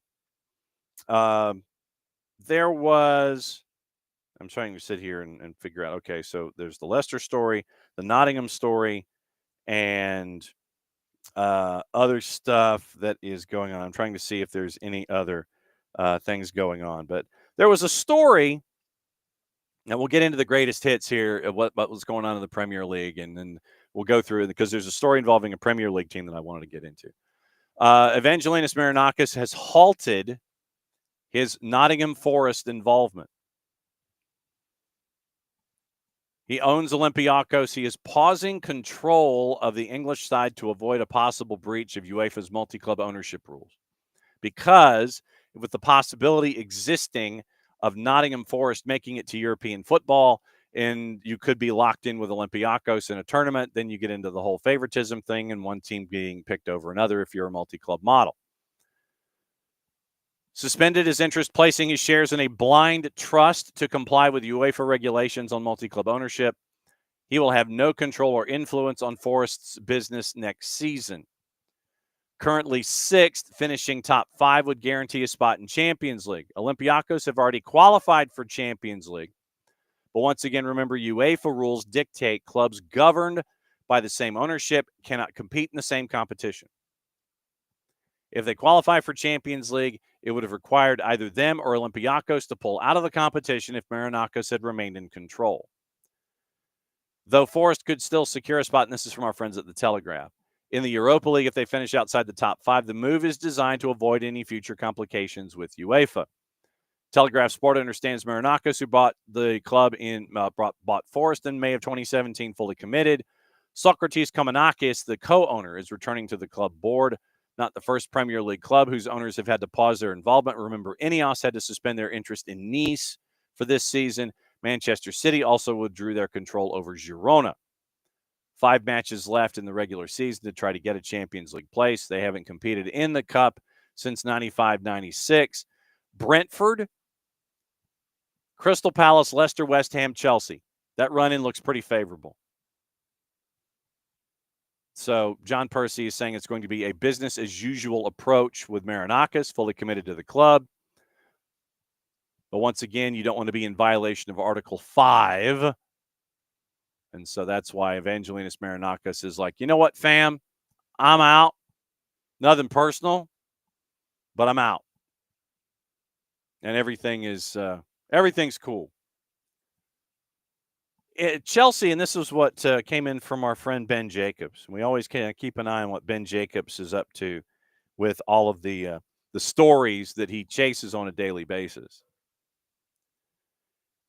It is interesting that, and I'm going to read it as it's laid out for you on his 280 character app.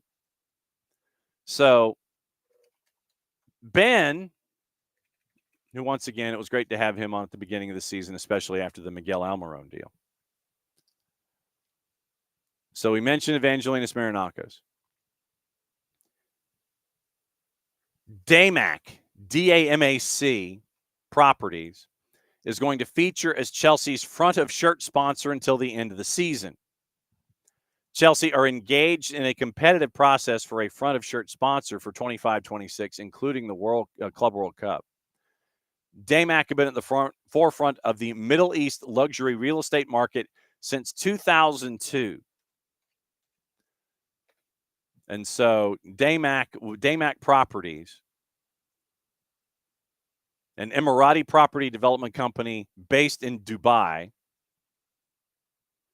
have $1.6 billion in revenue as of 7 years ago. So you imagine that has increased. So where's my quick? Okay, so DAMAC Properties, listed on the Dubai financial market in early 2015, delisted after going private. The founder has 72% of the shares, purchased the remaining shares for 2.19 billion AED, or just under 600 million US. Founded in 2002, almost collapsed in 2008. Criticized for poor quality building work. The Donald of Dubai, according to the Financial Times. In 2013, they announced plans to raise approximately $500 million on the London Stock Exchange via a sale of global depository receipts. Delisted company stock shares from the Dubai Exchange. It was controversial at the time. Company's fortunes improving. Investors expecting to profit, but the founder was like, nope, we're out. Residential golf course community in Dubai in 2017. Long-standing partnership here in the U.S. Guardian reported a board member owned a company that paid Alexander Smirnov $600,000 for stuff that happened in the last presidential administration. Later charged for telling fabricated corruption stories. Sferija's television journalist reported that a company salesperson mentioned the option of purchasing apartments with cash or crypto to avoid questions about sourcing money. DAMAC responded they do not offer such options and will investigate the salesperson's statements. So Damac is going to be on the front of the Chelsea shirt for the remainder of this season and for 25-26. They're also going to have Chelsea branded residences as a part of a $1 billion development. Forefront of the luxury real estate market since 2002, Chelsea believe the partnership shows their global brand appeal. Chelsea's focus has been to identify the right brand to align with its long-term strategy and shared values. So, and as I was seeing this from Ben, I was literally thinking, and it's going to debut against Djurgårdens on Thursday. So if you have Chelsea FC branded residences as a part of a development, what does that mean? Does that mean that if you select the Wayne Rooney residence, that it's going to be a small studio apartment? Does that mean that if you pick the John Terry sized branded, if you pick the John Terry branded residence, does that mean that all the doors snap back and hit you when you think you've opened the door all the way up? The door just snaps back and hits you on a natural recoil? Does that mean if you have the Jose Mourinho branded Chelsea FC residence, does that mean that that everything for the residency in when it comes to the construction is good for the first 2 years, but by the third year things start falling apart? What does this mean? The opportunities are endless when it comes to Chelsea FC branded residences and Damac properties. The jokes almost write themselves. And I'm hoping that those three were the first three to trot out when it comes to Damac being on the front of the shirt to the end of the season for Chelsea. Please insert your Chelsea one-liners involving Damac and the Chelsea FC branded residence in the Twitch pitch, if you would, please.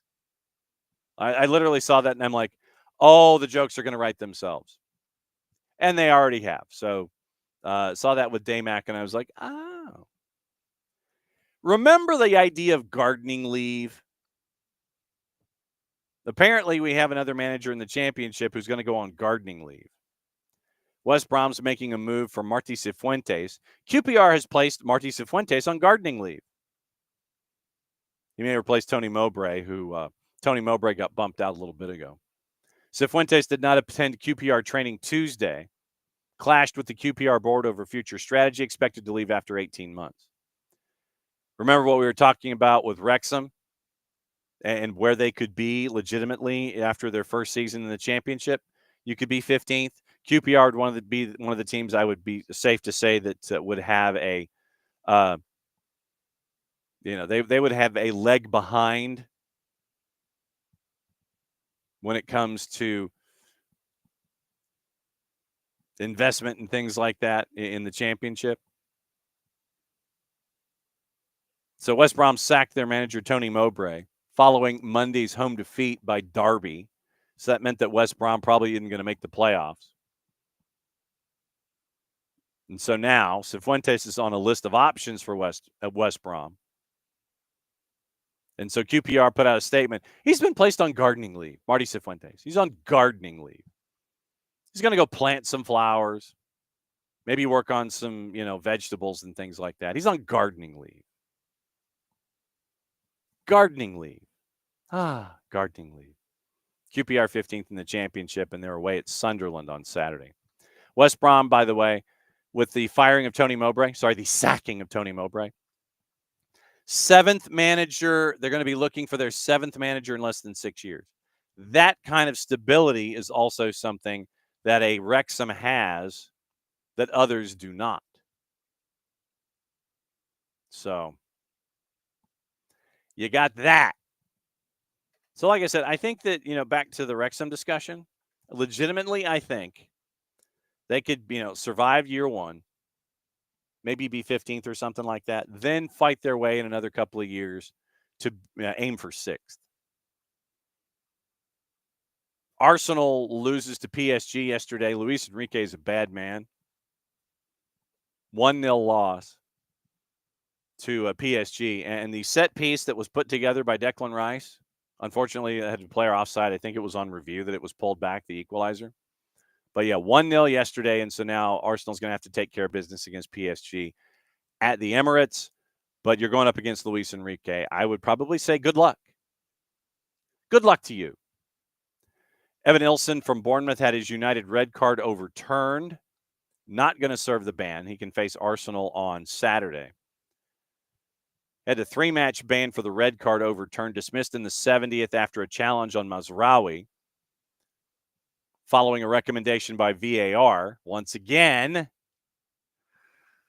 you have a VAR saying go back and look. You're re-refereeing instead of letting the call on the field stand. Peter Banks reviews the initial yellow. Evan Ilson's suspension removed after a successful claim of wrongful dismissal. Sent off for serious foul play. Shown a yellow following intervention from VAR. Punishment upgraded to a red after he watched replays of the incident on a pitch side monitor. Andoni Iraola then criticized the decision post-match presser, saying Evan Ilson had slipped into the challenge while asking to be able to review VAR. Dismissal proved costly. Rasmus Højlund equalized in the 6 minute of added time. 4 matches to go. 10th in the table. A point adrift from Fulham and Brighton as they chase European qualification. So that's what that's what you're staring at from at least the perspective of a club that is chasing after European football. So it's 5, remember, in Europe this year playing in the Champions League. Pep Guardiola, by the way, has said that the FA Cup win will not save the season. That's kind of to be expected coming from Pep Guardiola. Jamie Jackson at The Guardian, congratulating Liverpool on the Premier League win. He says, Guardiola says, quote, "This season has not been good. We are 1,000 million points behind Liverpool. It's not good. Look at the Champions League. We won 1 game, 2 games. We were not good. Club has to take the right decisions this summer, so next season will be better. Reaching the FA Cup final speaks highly of this generation of players and the club itself. We have to be calm now and recover. We have 5 days now. Forest can leapfrog City into third if they beat Brentford tomorrow." But yeah, I like the idea that that Pep Guardiola continues to chase after something akin to perfection.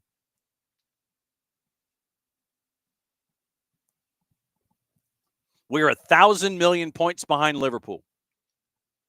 Like I said, he's not wrong. But, I don't know how you can make up 1,000 million points. I don't know if you can. I don't know if you can make up 1,000 million points.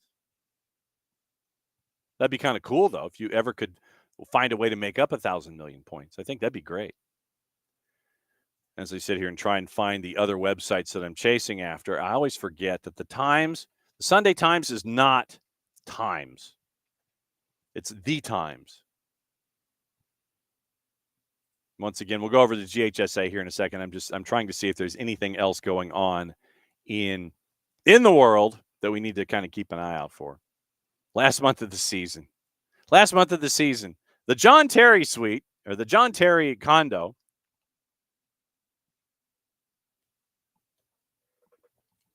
our friends at the Athletic have done a bit of a deep dive into what we're seeing from Leicester. 420 million pounds of debt wiped out, sanctions next year.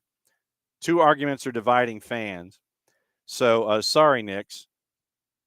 It is an opportunity for Leicester, perhaps, to figure out how to get things right in the championship, but it has been an ugly season. Eric Dyer set to join Monaco in a 3-year deal at the end of his Bayern Munich contract, by the way. So keep an eye on Eric Dyer going forward. All right. So GHSA yesterday. Actually, tell you what. Let me get into gossip, rumor, and innuendo, and then we'll get what to watch, where to watch it, and we'll wrap with high school. So we'll get into gossip, rumor, and innuendo. And once again, thanks to Tyler. Don't forget to keep an eye out for SNS tonight, and we'll go over the rest of what you guys have to say in the Twitch pitch before we go. So Chelsea interested in a summer move for Morgan Rogers from Villa, as they want help in the attack. They just want all the toys at FAO Schwartz and at Sharper Image. I don't think they necessarily care. Real Madrid have made William Saliba from Arsenal their top defensive target this summer. Liverpool want Dean Houston and Milos Kerkesh, plus Hugo Ekitike from Eintracht Frankfurt. 4-letter paper. Take the information at your own peril. We mentioned the conversation about Sandro Tonali in Newcastle. Manchester City do not intend to let Jack Grealish leave the club on loan in the summer. City and Liverpool interested in signing Andrea Cambiasso, who appears set to leave Juve in the summer. Marcus Rashford could turn early to Manchester United from his loan spell, considering that he has the season-ending hamstring injury. That's from the 3-letter paper. Well, duh. Much like we learned with Caleb Wiley, if he's injured and he's at his loan club and he's injured, they're going to send him back home because the team that really is keeping an eye on you wants their doctors to keep an eye on you, not the place where you're out on loan. Rashford's willing to take a pay cut in order to leave United and force through a dream move to Barca. But there is a complication, as Barca are unwilling to match the £40 million fee agreed with Villa for Rashford. Can they can Barca afford a £40 million fee? I'm not so sure. Manchester United and Spurs both interested in signing Ryan Cherki from Lyon. Villa interested in paying the £21 million release clause for Espanyol keeper Joan Garcia. Fulham said to be interested in English right back Ben Johnson, with Ipswich now being relegated to the Championship. Brazil in advanced discussions with Real Madrid manager Carlo Ancelotti about becoming their new boss. Talks ongoing. That's from our friend Fabrizio Romano, but it gets better. Valid from June of 25. Staff is being discussed with the Brazil Federation. But now, that was the early word from Fabrizio Romano. But now, you're looking at the idea of perhaps the deal being off. Because everybody is so damn mad. Brazil now, according to Romano, considers the negotiations with Carlo Ancelotti on the verge of collapsing. Despite a verbal agreement done for days, deal wasn't signed. No green light on Real Madrid's exit conditions. In any case, Carlos still expected to part ways with Real Madrid, and that was once again very, very early this morning, our time. So now there's talk that instead of going to Brazil, Carlo Ancelotti could be heading to Saudi Arabia to be a part of the league that we neither condone, endorse, nor report on. So that would be intriguing. Apparently, I'm guessing that too much stuff just got out into the ether. And it was one of those where, we saw this. And we didn't like everything. We didn't like all of the laundry being aired out. And so we didn't like all of this laundry. So tell you what, deal's off. Forget you. So blank you, and it looks like, once again, that it might be Carlo Ancelotti still leaving Real Madrid. It's like, I'm out. Y'all be cool. See you later. But it looks like now it might be him heading to Saudi Arabia to be a manager. Developing story out of the other football. Apparently, the NFL has fined the Falcons $250,000 and Jeff Ulbrich $100,000 for failing to prevent the disclosure of confidential information distributed to the club in advance of the NFL draft. So don't do that. Don't do that. That's bad. So other stuff from Fabrizio Romano. Bayern remain among clubs now attentive to Jonathan Tah's situation. He still hasn't agreed or signed to a deal with Barcelona because, once again, I reiterate, how's Barcelona going to pay people? Jonathan Tah's been in negotiations with Barca since December. Bayern and a lot of other clubs are monitoring what's going on. Amad Diallo is set to be back in training with Manchester United, with the squad. And I believe that he returned to training today. There's a picture of him and Matthijs de Ligt now back a part of training. The cheering that you heard was from Drew Dickinson. Amad is back at training today. I'm trying to see if there's any other stories that I might have missed. I don't think I have. So, okay. So let's go over what happened yesterday actually, no, we got to do what to watch, where to watch it, how to watch it. I feel like I'm so anxious on the cross promotion for the playoff daily at noon that I'm not going to tell you what's going on.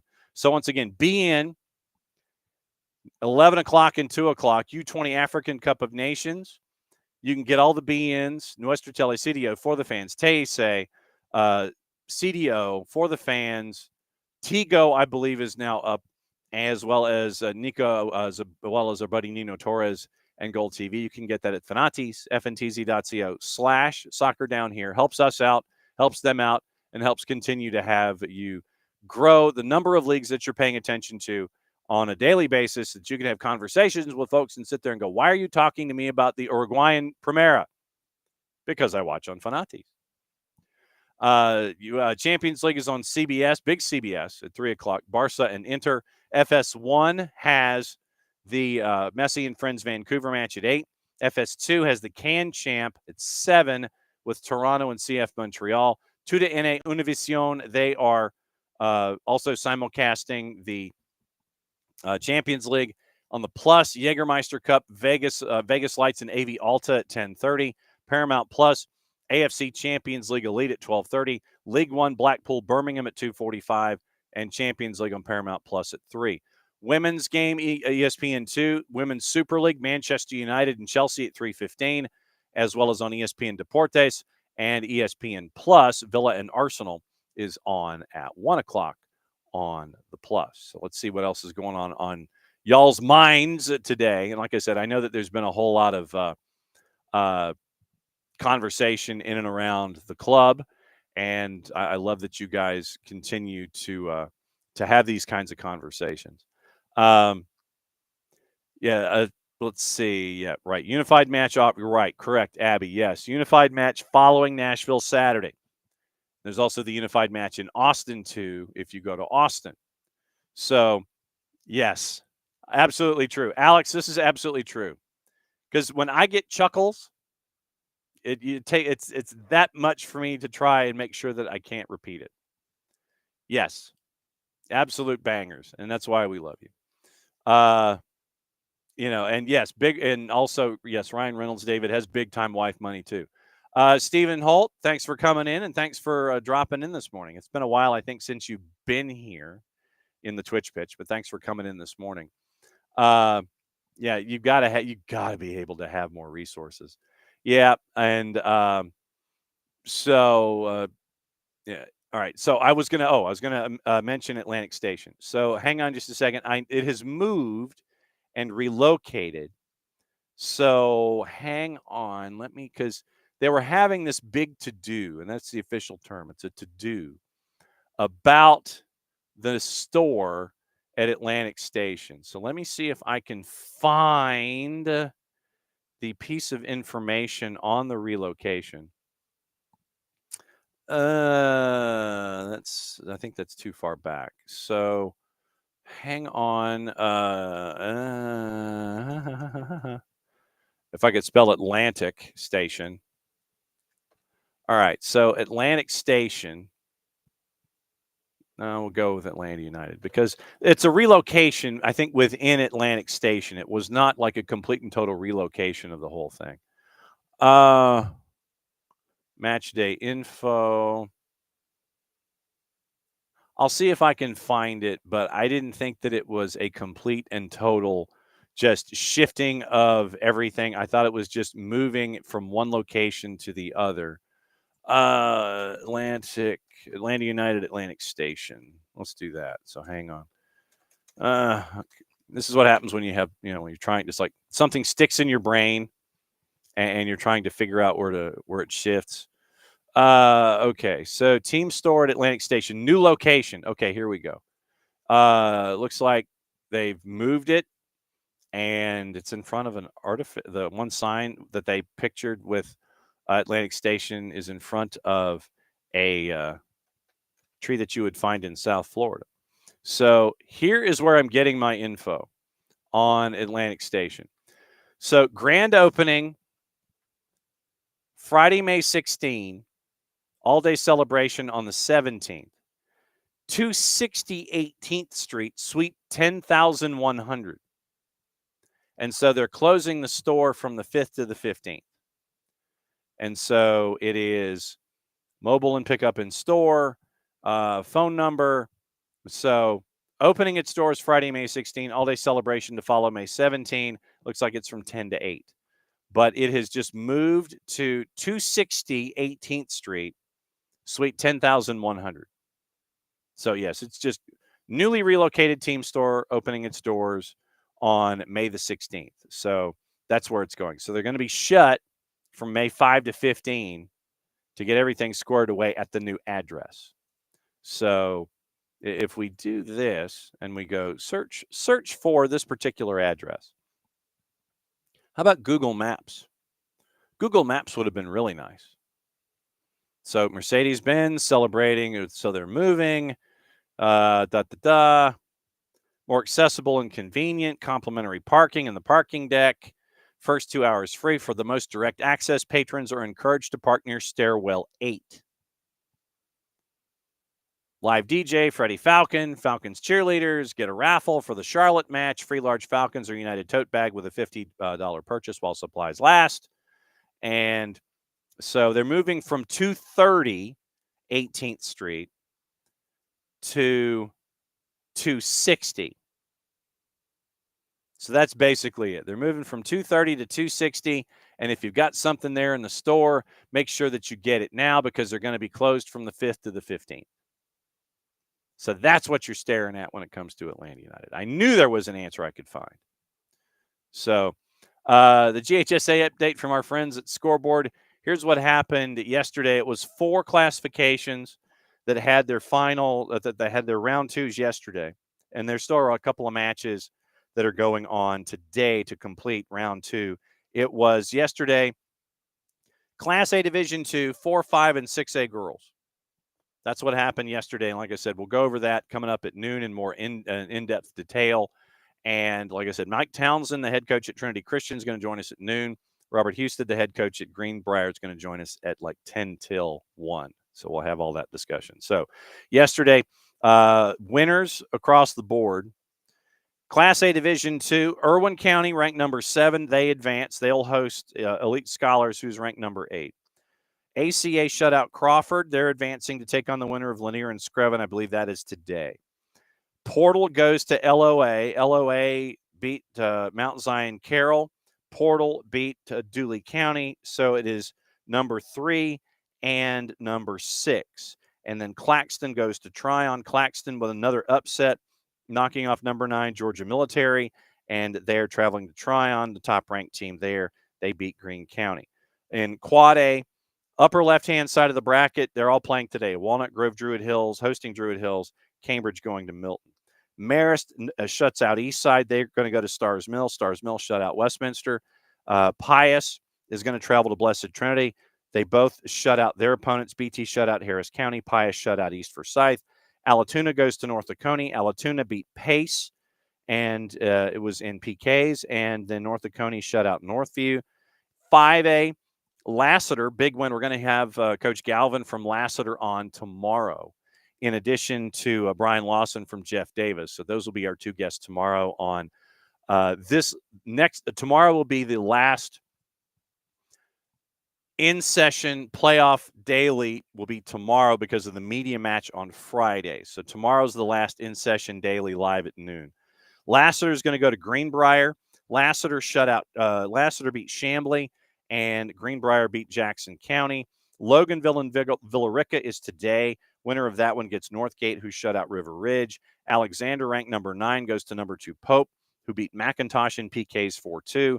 Roswell goes to Hab Central. Roswell, number 1, travels to number 8. Roswell shut out Lakeside DeKalb. Hab Central beat Kennesaw Mountain. And in 6A, Mill Creek heads to Lambert. After Mill Creek went to the coast to beat Richmond Hill, Lambert shut out South Gwinnett. So number 6 is going to host Mill Creek. Walton at number 5 shut out Mountain View. They go to Harrison, who shut out North Gwinnett 1-0. So does number 5 at number 4. North Paulding, the 2 seed, continues to win. They beat East Coweta, the 1 seed. They travel to West Forsyth. West Forsyth beat Hillgrove 4-0. So number 3 advances, beating number 7. Brookwood will travel to Buford, number 1 and number 2. And that one will be on the board in 6A next week. Buford shut out Cherokee, and Brookwood shut out Campbell. More of that coming up top of the hour. Once again, catch up with Mike Townsend, the head coach at Trinity Christian, and we get to catch up with Robert Husted, the head coach at Greenbrier. That's coming up. Soccer's in Session Playoff Daily Live. That is coming up at the top of the hour, and we'll break everything down there. Once again, tomorrow, hour number 1, it's you and me. We go through all the news and notes that's fit to print. Then it's the Power Hour coming up from 10 to 11:05. Our buddy Nino Torres from Gold TV breaks down everything that he sees. We'll probably talk a little bit about Victor Gyökeres and Sporting and the folks that might be on the move there and how the situation is with all the other places that he's looking at with matches and Libertadores and such. And then our buddy Nico Moreno from Pulso Sports and Sounder at Heart and lobbing scorchers and water balloons and everything from a point A to point B. That's 10 to 11:05. That is going to be tomorrow. And then once again, Brian Lawson from Jeff Davis and Robbie Galvin from Lassiter, our 2 coaches in Session Live. That is tomorrow at noon. But coming up, once again, top of the hour, Trinity Christian and Greenbrier. We get our updates. We go through all the brackets, go through all the things, go through all the scores, and all of that. That is back here coming up at noon Eastern. We break everything down for you across the high school world for Soccer's in Session Playoff Daily Live, presented by our friends at Kaiser Permanente. Thanks for coming on, and thanks for being a part of it, as you always are. Once again, back here in 53 minutes to talk about everything on the high school game here as round 2 officially started in the state of Georgia. Thanks to Tyler Pilgrim at Scarves and Spikes, breaking down everything from their perspective when it comes to Atlanta United, and we'll be breaking it down once again tomorrow as we get closer and closer and closer to the Nashville match. Once again, reminder, Marty Jellamy is going to be joining us at 10 o'clock on Friday morning. Kareem Tamimi and our friends from SPVGG Gruther Firth, they have something going on this weekend, and we'll talk to them batting leadoff on Friday as well. So once again, mucha platial, play it safe. Thanks for dropping by here on SDH AM. That's another show. And since it is the end of this particular show, that means we get to do this. See you back here at noon Eastern for Soccer's in Session Live.